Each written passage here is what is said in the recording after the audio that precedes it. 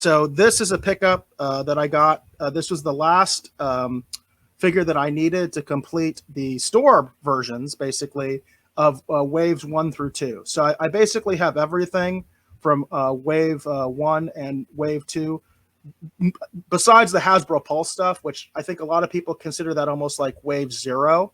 It's not like considered wave 1 because it was never available in stores. The packaging is different. That one actually includes Cyclops, which I'm going to be getting to Cyclops in a minute for wave 3. But this is the Black Panther figure. It was difficult to find for some reason. I had gotten all the other figures, and this one, just for whatever reason, was difficult to find, but I finally picked it up last week. So I just wanted to show that to everybody. It is a cool figure. There are some variants of that because of the Hasbro Pulse version is a little different, like it's got a different card back.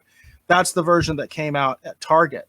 And I did find out, I did find out that was kind of interesting, that the 8-week rule, okay, that I talked about with Spectre Creative. I found this figure in between that 8-week period. It's the same store where I bought all my other figures and basically cleaned Target out of their Marvel Legends figures at that particular store. I went back to that store like 2 weeks later. This was last week. And then I found that by itself. So I am wondering about this little 8-week rule that we've talked about. And this comes from Spectre Creative. You can check out his channel. He has a whole big video about this 8-week peg thing that basically means every pig is supposed to have an 8-week supply. Okay. So it was kind of a weird anomaly. And I kind of wonder, was this a figure kind of just sitting in a back room somewhere? Or is it possible that maybe Target is ordering these figures, as they start to run out? I don't know. Supposedly, each peg is supposed to be 8 weeks, and you're going to have to wait 8 weeks for the next shipment to come in. But that wasn't the case with this figure. So I just wanted to throw that out there because I know there are folks like me that like the thrill of the hunt. They like to go out to stores.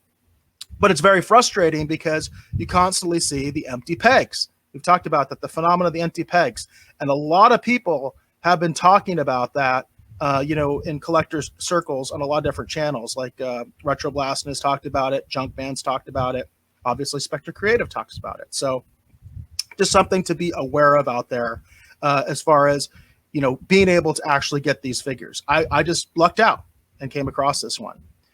So I did want to show, we actually did get some good attention with the Wave 4. The news that we had shown in a previous episode. I recommend you check that out if you're interested in this line. But we haven't talked about Wave 3. We kind of skipped it. So this is from Collector's Cantina. And this is basically, this is from April. So this is not like breaking news. But I wanted to cover it because we covered Wave 4. We never covered Wave 3. So here it goes. Here we got Wave 3 of the Retro Marvel Legends. By the way, what you officially call these things is anybody's guess to me. So like they call it like Marvel Legends Series Retro, okay? I like to call them Kenner Marvel Legends. That's what I like to call them because they say Kenner on them.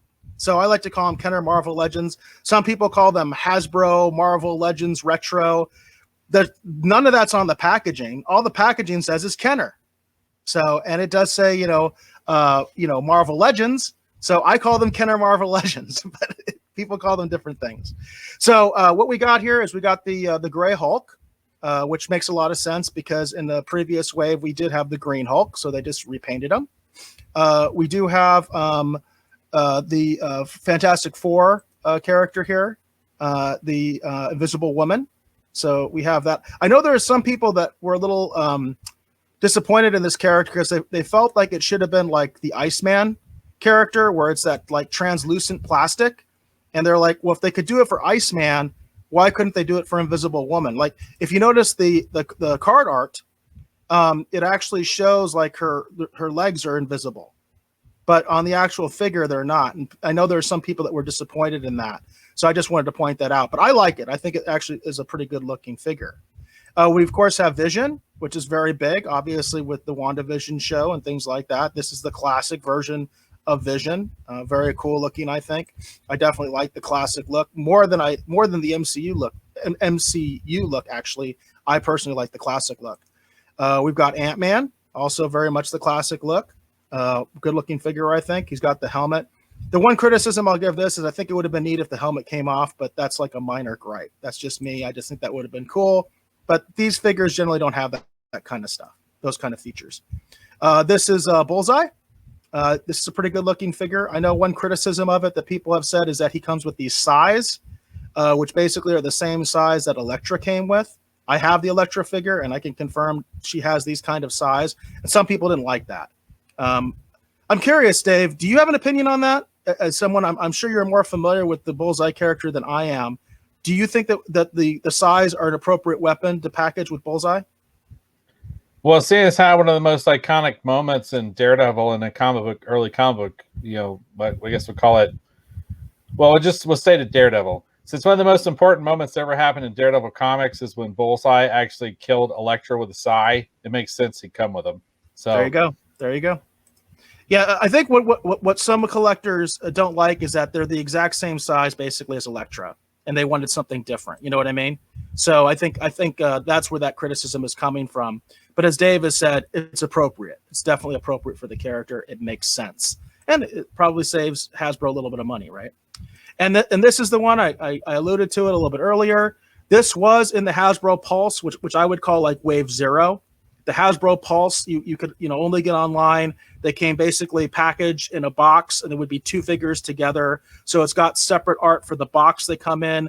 It's got a different card back. I would call that Wave 0. That was released with Cyclops, but now he's coming out in stores in Wave 3.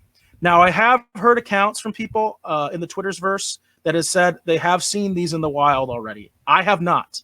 I live in Arizona.